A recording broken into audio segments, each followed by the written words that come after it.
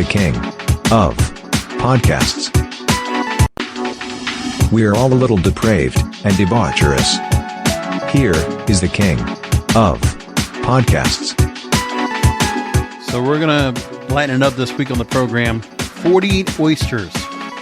A girl orders on a first date with a guy. Okay. I can tell you I've had experiences like this guy had with this young lady. Let's get into the story from the Sun newspaper. She was on TikTok, and her username is at Equana. So EQUANAAA. She showed off everything she ordered from Fontaine's Oyster House in Atlanta on a date which abruptly ended when he did a runner after seeing the whole bill. Equana revealed the pair had been chatting for a while when he asked her if he would like to go meet for a few drinks for a first date. She would like to meet. That's what she said.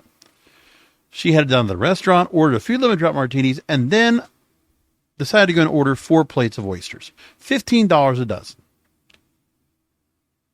And then in the clip she explained, y'all, when the 4th plate came out, he was looking at me crazy. I don't give a fuck. Okay. And I'm like, baby, you invited me out. I'm going to eat. But she didn't stop there. After she had the 48 oysters doused in lemon and hot sauce, she got a main course of crab cakes and potatoes. Equana was having the time of her life, drowning drinks and scoffing the food, but when the tab came, her date promptly headed to the bathroom and never came back. Stunned by his actions and having to pay for herself, she messaged him, running out on a tab is crazy with 3 Ys. He stood by his actions, claiming he only offered to buy drinks and would transfer her the money for them. She then paid the bill, which was 150 euros, or what is that, like 130 bucks, and left a $10 or like a $12 tip. And the clip went viral, 3 million viewers on her TikTok account, and a lot of comments from social media users. And many seemed divided on who was in the wrong, with many claiming she was. One person writing, he has the best. Tell me about your worst date experience. Another one, well, damn, mama, the slurping alone would have made me leave. Another, I would have left too. Another, smart dude for show, saw the red flag and dipped. You should be embarrassed, another one says. Another one, someone else added, that man dodged a bullet. Self-awareness is a beautiful thing. And then Rolling Stone actually talked to the general manager at Fontaine's, and she said to them, well, I will say it had been a minute since I've seen a single female eat that many. And then she goes on to say, but then, she was eating crackers and things like that. But yeah, she put it away. It's pretty impressive. And Equana says she does it all the time. Okay. So we got that. By the way, I'm going to play a quick clip of this start of this. I'm not going to play the slurping part because I'm just disgusted by it. It's just not for me, okay? But I'll play the part. I'll play it. Let's go to the beginning, and here you go. Bored and I had time, so he texted me like, can we meet for drinks? And I'm like, yeah, meet me here. They got the best. By the way, he said, and she's saying, meet for drinks. That's all he said. Now, in a date like that, a date scenario like that, I can understand appetizers. I could. But she ordered it for herself. I don't even know if she probably even asked if the guy wanted any. Or if the guy even wants oysters. I remember a time where I did take a girl on a date, and I met her on Bumble. It's one of the only girls I met on Bumble when I got on there. I went down to Miami. And I'm in West Palm Beach, so I'm about an hour plus away. I decided to go on a Saturday afternoon, drive down there. She's a school teacher. She just moved from North Carolina down here. Right about my age, right? Early 40s, I think she was. And when we go there, yeah, her idea was, I didn't really know where to go necessarily in Miami to go meet up. And so I just said, yeah, let's just meet up somewhere. Okay. She decided to go to a seafood bar on the water at Bayside Marketplace. And she was looking at the oysters on the menu. And honestly, I looked at the menu. I was like, man, there's nothing here I like. I just looked at the menu. It was all raw bar. And that's why this girl probably liked what she liked over here at Fontaine's Oyster Bar. Yeah, raw bar. I don't care for that. And honestly, oysters, I don't like them raw. I might have them cooked or grilled, but put them on the grill. Yeah. But really, no, not interested in that. $15 a dozen. Wow. And, the guy picked a Tuesday to go ahead and meet up. So, yeah, she was going to meet up for that. And I think she was there for a meal. Specifically, I mean, how much time were you really talking to the guy when you're taking down oysters and crab cakes and drinks? You're not talking. You're not talking at all. Like, the point of the drink is like going to the movies. You really can't talk to somebody while you're in the movies and doing that because it's not going to happen. There's no time to talk. So where's the conversation? That should have told you everything.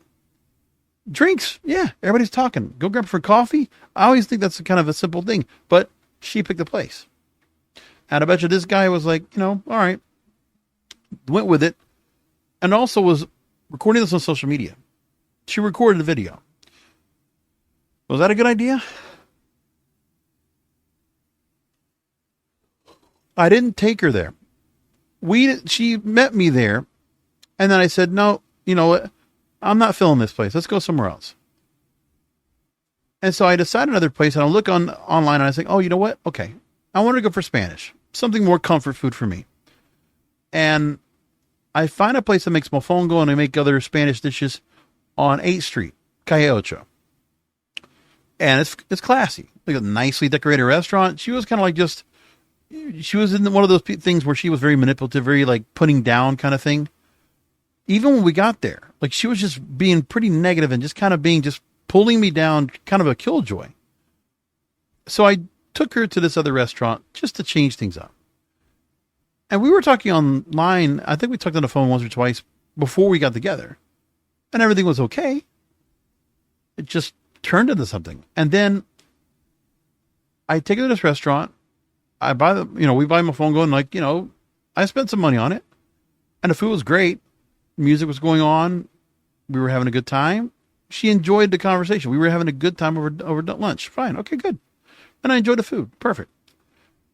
And then she just couldn't let go. Something about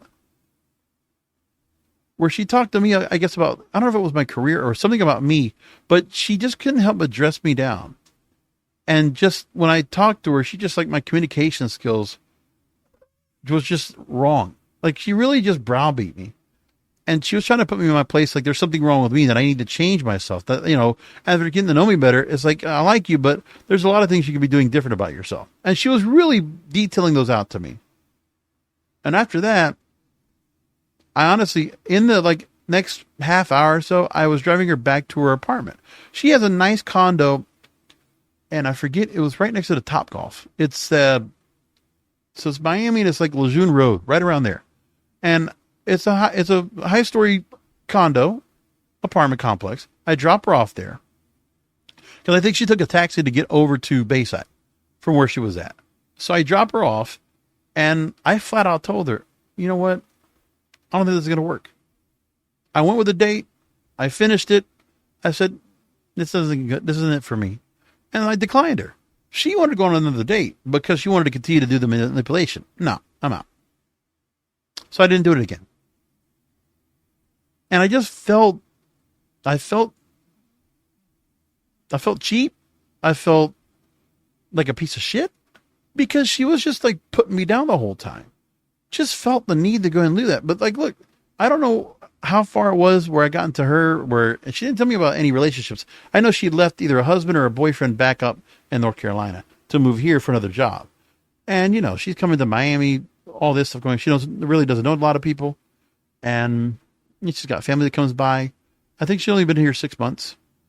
And, it just wasn't right. And I think I just wanted to get out just to get out. But this girl just did not do it for me. Really and the thing was oysters. What is it about oysters? I agree right here. I was like, what is going on with that? Anyway, moving along into the video with Equana and her oyster date. Oysters in Atlanta, hands down. So I'm like, yes, I can get some. Come on. It's so good. Now that's a slurp, and that's all you're going to hear. I don't want to hear the rest of that. The rest of that's just disgusting. And so she goes on and gets the 4th plate of oysters as I move along into this video here. And here's what we get after this. Hold on. And here's what we got. Hold on. I got to pull it over here. Okay. Right there. Here we go. So after that, I'm like, baby, what's next? What I'm about to eat? These potatoes, they were so good. And the crab cakes, everything was so good. 10, baby. That's a lot of food.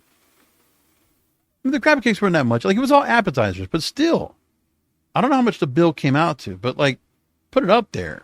And she's got cocktails. She racked up over $100. Just her. Nothing about what he got, but just her. And I think it's one of those things where it's like a polite thing. Like, you know, are you going to order definitely more than what you have? Once you see a woman that decides just to go and outrageously order more than she got, that's a problem. Let me tell you this. Another story. I used to do a thing where sometimes I would meet a girl. If I was going to go to meet a girl that was either living in Delray or Fort Lauderdale or Pompano or Deerfield, like either Broward County or South Palm Beach County, I would meet a girl up in Boca. And I'd go find a restaurant up there to go to. And one of the places I used to go to was TGI Fridays. Like, listen, I was, 30? So I'm not going to be, like, racking up that much dough. TGI Fridays wasn't bad. That particular restaurant there, that location in Boca was actually pretty lively. It was good. So we go there, and I took this girl out. And I remember my problem was it was a red flag because I kept chasing her. I met her, what was it, AOM? No, was it AOM as the messenger, I think it was? And then I sit down with her. She's all nicely dressed, got her hair all done. Like, she really cleaned herself up. She looked great. And then we start talking, whatever. And then she proceeds to go ahead and grab one entree, orders another entree to take home. And she ordered like 3 drinks. $120 bill. By the way, this is what, 2004, right? About 20 years ago. $120 bill. So you want to count it to inflation today, we're talking about $200. So yeah, she was ordering, I mean, she's taking food home from whatever she had originally as the initial entree, another entree just to take home, and the drinks. And I forget there was something else, but I remember she had to take 2 bags worth of styrofoam containers. I think she had 4 styrofoam containers, and she had, and that was whatever, and the drink she had on top of that. And I'm like, I didn't say much about anything about like get whatever you want. I was like, order from the menu. Like, I really didn't even think about it. But she proceeded to go and just like order away. And that was just on her side. Well, I'm a sucker and I paid the bill. I did that. And then she still proceeded to talk to me. And, she wasn't really like, she was nice, but she wasn't. Like, she just played the part.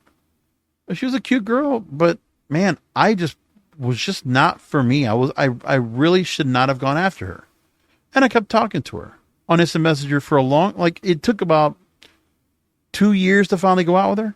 And I just talked to her randomly on Instant Messenger. We met on a dating site, the AOL dating site, whatever it was called back then. Love AOL, right?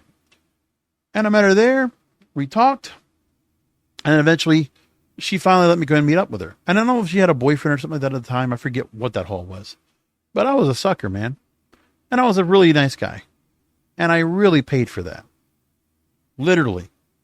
So moving along in the video here, Equana then gets the shaft because now she realizes, she thinks she's going to get this guy to pay the bill. Why the this bitch say he going to the bathroom and never come back? He had to end up grabbing a tab. Left me with his little one drink. Yeah, I'm so glad bitch keep me some money, because what? That was crazy to me. And I said, run out on the tab. He's talking about And by the way, she says, he actually, and she put up a text where she shows, I offered to take you out for drinks and you ordered all that. I'll cash app the total for the drinks. And that's it. I mean, what do you expect from that? When you see that right there, that would piss me off too. And I see the girl, okay, she's attractive, but I don't know what to think about. Like, what she was trying to think about, what she was going to do by doing that. But yeah, no, it was just wrong. It was bad. Bad move on her. She didn't care. And there were a lot of places that were talking about this, that wrote about it. I'm looking for the Sun. That was where I took the story from today. This time, New York Post wrote about it. And then Equana also griped to her followers in a post-date recap viewed by more than 2 million people. And another story from pedestrian.tv talked about that she referred to, this is Rebecca Manabog that wrote that this TikToker who slurped down 48 oysters during a date is my spirit animal. You can't tell me otherwise. So this is the other side of the conversation. There were some comments and some other videos about this. One other girl then decides to go ahead and chuck down 48 oysters herself. And she says this 48 oyster date girl is my Roman Empire now. So there are women that are empowered by this. This is depraved. This is depraved. When I talk about looking for things like this, there you go. And then a TikToker got dragged for slurping. Another gave her shit for tipping only $11. She debunked the rumor and sent a second video that says she showed her leaving a tip on both cash and card. So here's what we hear from this part. Let's go and take what she said here. $15 on my card. And mind you, I paid for the nigga drink. The fuck? Said she put $18 on the card and $11 on the tip for cash of what she had. Now, this girl here, for the story, says that, in my opinion, I don't understand why she's brutally dragged. At the end of the day, the man was apparently the one who was talking to himself and then her DMs. And the only thing I can see is, as shitty behavior, is her expecting him to pay for all those plates, but she paid for all of it because he ran away. I can also note if it was also shitty that she recorded herself eating for the whole day, but Girlie was just having some fun making content. Yeah, no. We don't condone this. We don't need to, we don't want to see women doing this. And by the way, there were a lot of women that really looked down on this. It's like, look at what you're doing to us. Women don't want to be looked as this. And it's true. I think a lot of women don't want to see this happen. They don't want to see this going on where, you know, by the way, the actual bill was $185. Wow. For that food. Okay, that's the other part. Ladies, if you're going to go and pick something you're going to go and put some money down, get some quality food. Oysters, crab cakes, and a plate of potatoes? You don't want to go for a good steak or sushi or something like that? Like, come on. Oysters. What a waste. And so she picked this place, and I'm like, yeah, it's bar food. You're picking a bar, you're putting out $200 in a bar food. Like, okay, the drinks might be good, but like, really, the bar food? That's just wrong. And by the way, if you have a woman that can eat that much food, then, she's not a skinny girl. I'm not judging her. I think her shape is good. I like a girl that's a little bit thicker personally, but when you tell me that a girl can have that kind of appetite for a date and she's going to be able to just scarf that down, shit. That gets a lot of food. She was full after that. She was full.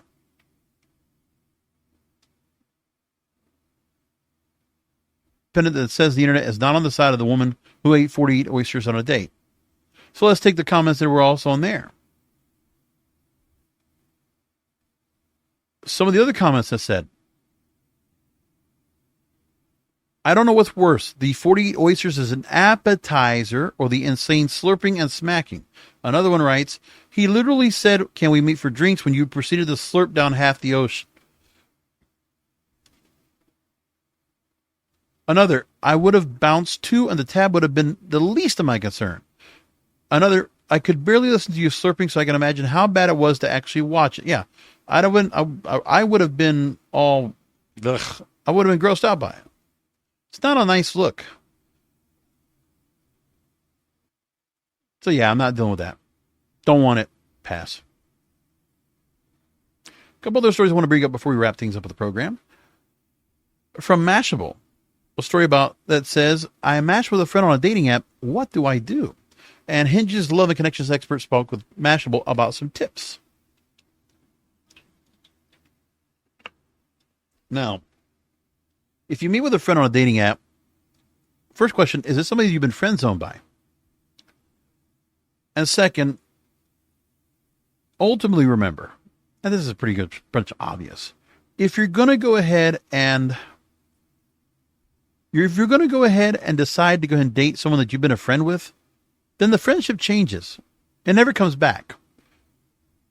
Be aware of that if you're going to do that. Okay? Because that is really something that a lot of people don't even consider. As that friendships change, you cannot get it back the way it was. So Mo Ari Brown is a love and connections expert with Hinge.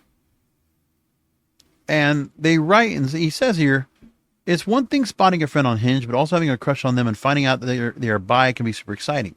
No matter your sexuality, matching with friends can be confusing. You may wonder if they matched merely because you know each other, or they're harboring a crush on you as well. Start with subtle flirting because you can gauge your interest without being too forward. Compliment something on their profile that intrigues you. See where it takes you. If they shy away from your compliments, you indicate then your relationship is just stay platonic. If they're receptive, turn things up a notch. If you're feeling bold, you can be direct with your friend / match. Say something like, I'm flirting with you, by the way. I was so happy when we connected because I'd love to explore the attraction if the feeling is mutual. Ultimately, being clear and direct is so important. The clearest way to express how you're feeling is to ask them out on a date. If you're not sure what to suggest, start with coffee or a walk or 48 oysters like that girl.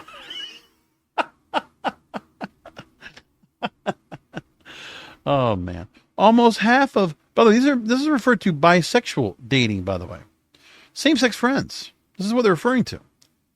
Almost half of Hinge's bisexual daters who have never had a queer experience have been expressing a feeling of nervousness when navigating open discussions. Make sure you're being respectful of your friends' feelings and boundaries. Okay. Pretty sure that's a common problem. And then also, how many bisexual daters or people that are single that are bisexual or might be bi-curious come from the fact that they have bad toxic relationships with the opposite sex. And then this becomes an option because we know that happens a lot. Sometimes bisexuality is not the first approach. I would imagine somebody might want to either be dedicated to one sex, same sex, or opposite. But it's usually not always the very first route. Nothing wrong with it. It's just they usually think that bisexuality is usually part of experimentation. And once you get into like traditional dating, okay, see if you like what the traditional conventional woman would date a man. And if you don't like it or you had a bad experience about it, then you might opt for a woman.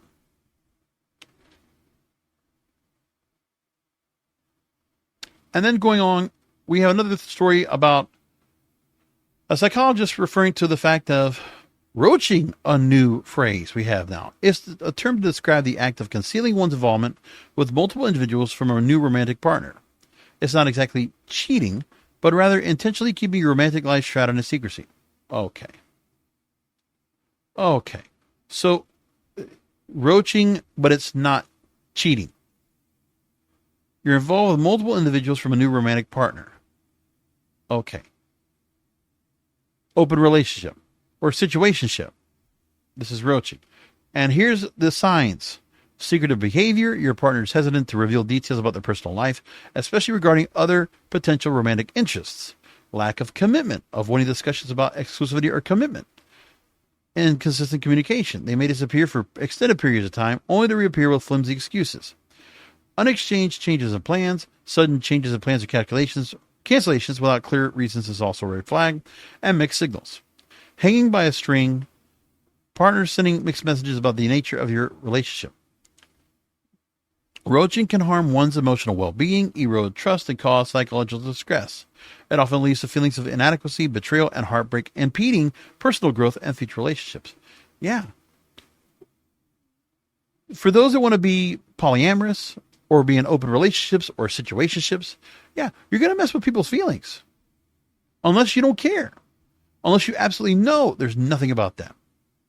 Roaching often stems from a fear of intimacy and commitment, where individuals are hesitant to become emotionally entangled or shoulder the weight of vulnerability that comes with committed relationships. And then there's a desire for diversity and thrill is the other reason why roaching can be fueled. Some individuals perceive exclusivity as constraining and monotonous, and therefore yearn for the novelty and thrill that comes with multiple romantic options. And number 3, low self-esteem or insecurity, that Attachment insecurity and low self-esteem can often drive individuals to multiple relationships. Such individuals use these relationships to bolster their self-worth, seeking validation and importance from various partners, which temporarily alleviates their insecurities. All in all, doesn't sound good, doesn't sound safe, doesn't sound happy. Sounds like a mindfuck, if you ask me.